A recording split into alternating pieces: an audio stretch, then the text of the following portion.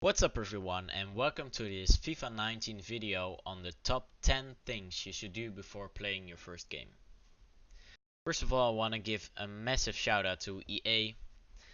This video was made possible by the Game Changers Network, and I want to really thank EA for allowing me to participate in the FIFA 19 capture event. We're gonna start off this video with the biggest thing. You cannot play the game if you don't have the correct controller settings. So you should go into the settings and change the controller layout to your preferred setting. It's just so awkward to find out mid-game that you have your shooting and crossing switched up. Maybe you play an alternate instead of the classic controller settings. So just get that out of the way. Maybe at this moment, if you watch this video before the game comes out, maybe you can take a picture of the current settings you have in FIFA 18, so you can just copy them in FIFA 19. Also, this year we have the option to turn off the pass block assistance. If you have it on, your players will attempt to intercept a pass automatically when the ball is close by. And of course, turning it off will cause your players to not do that. This doesn't mean that they won't block shots. It's mainly passing that is the case. I played with the setting on and off a couple of games, and I'm not sure what I'm gonna choose to use this FIFA. Because of course we all know it's frustrating when the AI tries to intercept a ball but they fail, or like the bounce will get your opponents in an even better scoring position. So that's maybe why you want to turn it off, but of course there are also times that they do successfully intercept the ball automatically, and you can counter off those interceptions and maybe have a shot at goal yourself. So I'm really gonna try it out, maybe switch every 20 games to see if I can notice a difference, and then I will probably let you know my definitive choice. The rest of the settings are pretty much the same as FIFA 18. We have of course the auto switching. I usually use airballs, but I might switch to manual this year. The auto switch move assistance, that is when you switch to a new player and he's running to the right. If you have it on none, your player will completely stop running unless you use the controller to make him run right. You can have it on low or high. I always use none because most of the time when I select a new player I want to immediately switch direction. But if you're not about the fast switching and you just want to, be more casual, put it on low, put it on high. It's just like an extra half a second you have to decide what direction you want your player to run in. And then again we have like all the same other options, the passing, through ball. I usually have it on all on assisted, except maybe this year I'm gonna go for the crossing on manual, because crossing can definitely be a viable tactic this year, judging from the games I played. But maybe for that to be really effective, I need to have the crossing on manual. So I will try it out, let you guys know what I think about it. As well as the analog sprint, I usually have it turned off because I just want to go full power when I sprint. Something in between I don't think is really good, because since you're sprinting a little bit, the player is less responsive. So if I want to sprint, I want to sprint fully, and if I want to like closely dribble, I just let the sprint button go completely. The next thing I always change is the camera setting. Of course we all have a preferred camera setting, and this is just also something you just need to change once and then you can just forget about it basically. I for example play on the co-op camera, so playing on the default, the telebroadcast I think it is, wouldn't be very good for me because I can not see the entire pitch as I'm used to from FIFA 18. It's just a simple switch that you do once, but it's better to get it out of the way straight away. Another thing I always do is changing the commentary language. I mean, They do add new stuff every year, so I might leave it on for like the first week, but I mean the commentary usually is more distracting and triggering for me than I'm really listening to it. So what I do is sort of a midway is changing it to a language I don't speak, like Spanish or something.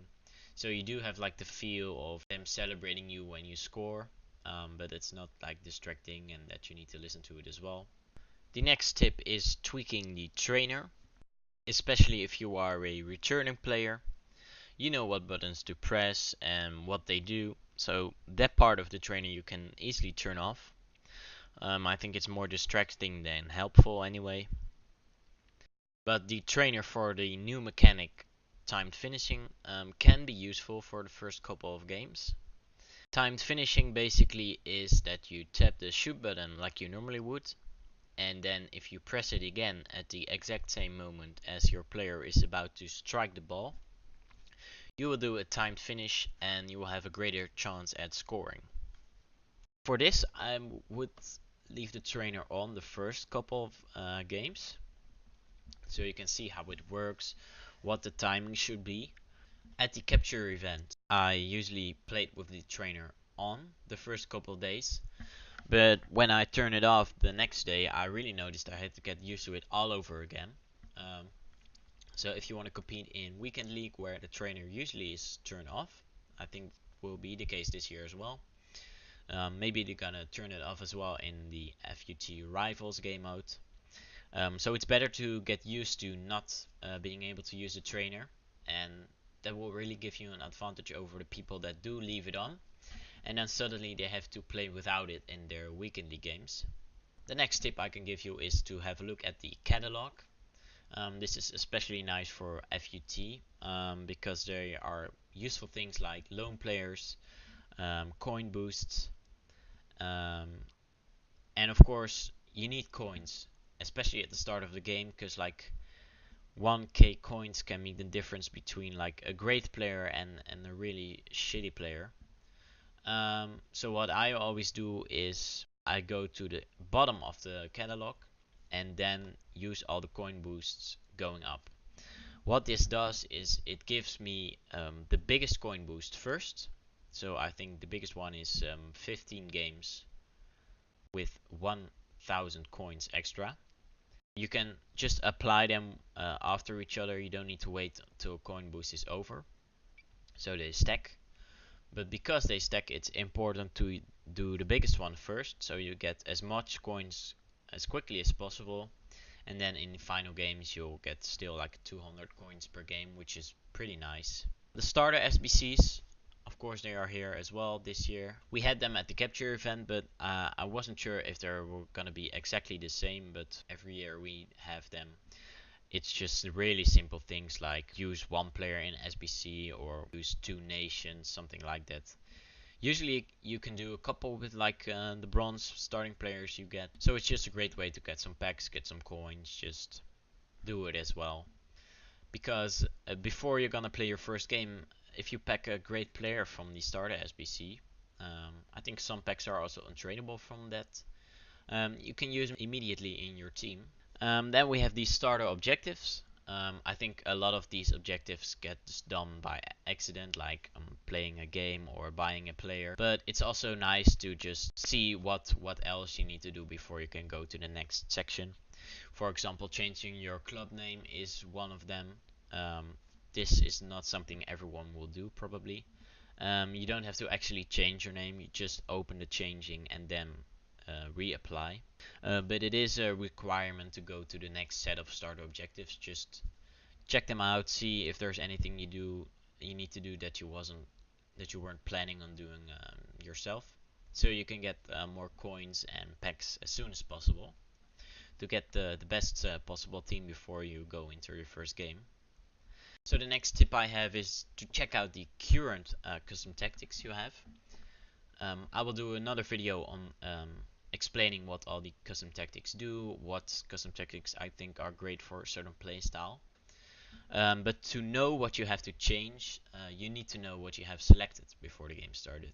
So if you have the width maybe a little bit higher than normal and you notice in game that your players are too wide, then you know you need to take it back a little bit. So just scroll through, see what all the different things do, maybe take a note of it so you can look it easier in game, so you don't have to pause. But if you wanna know, you have to change. It's very important that you know what your current settings are. So the next tip I can give is the daily and weekly objectives. It's also very nice to know in the back of your head what the daily and weekly objectives are. If there's something special you maybe need to do to complete one of them. For example, last year we had scoring a penalty kick with your goalkeeper a few times. So I'm not saying you should stand in your opponent's box and wait until you get tackled all game, but if it would happen that there is a penalty in the game, it's better to let your goalkeeper take it so you can get your extra coins. Again, especially in the beginning of the game, it's really important to do those objectives because they can really help you. 200 coins in the beginning of the game it's a huge difference, especially if you get some packs from it. New players are also always great for the starter SBCs, for example. Um, you might even pack a great player that you can sell or use in your team. And the final tip I can give is to familiarize yourself with the new features, the new game modes. So in FIFA, usually when you load up something for the first time, it will show a dialogue on the screen with tips, how it works, the timing, the rewards. So it's better not to skip it straight away, unless you know it, of course, but just have a look at it and you might find out something that you didn't know. As well as YouTube. Probably some great tutorials are gonna be uploaded in the coming days, and I will try to do some tutorials myself. So leave in the comments some ideas for tutorials, and I will try to make a video about it, because this year we have the new first touch system, also the timed finishing. There are in-game tutorials. So if you do all those things, I really think you're gonna have an advantage over the players who didn't. Thanks for watching this video. If you enjoyed the video, you can leave a like. If you want to see more content, want to get a notification when I upload a new video, subscribe to my YouTube channel. And I also like streaming on Twitch. The 20th of September, when the game comes out at midnight, I will be streaming on Twitch. My link is in the description. It's twitch.tv/michielpc, but spelled in the Dutch way, so check it out in the description. Thanks for watching again. See ya.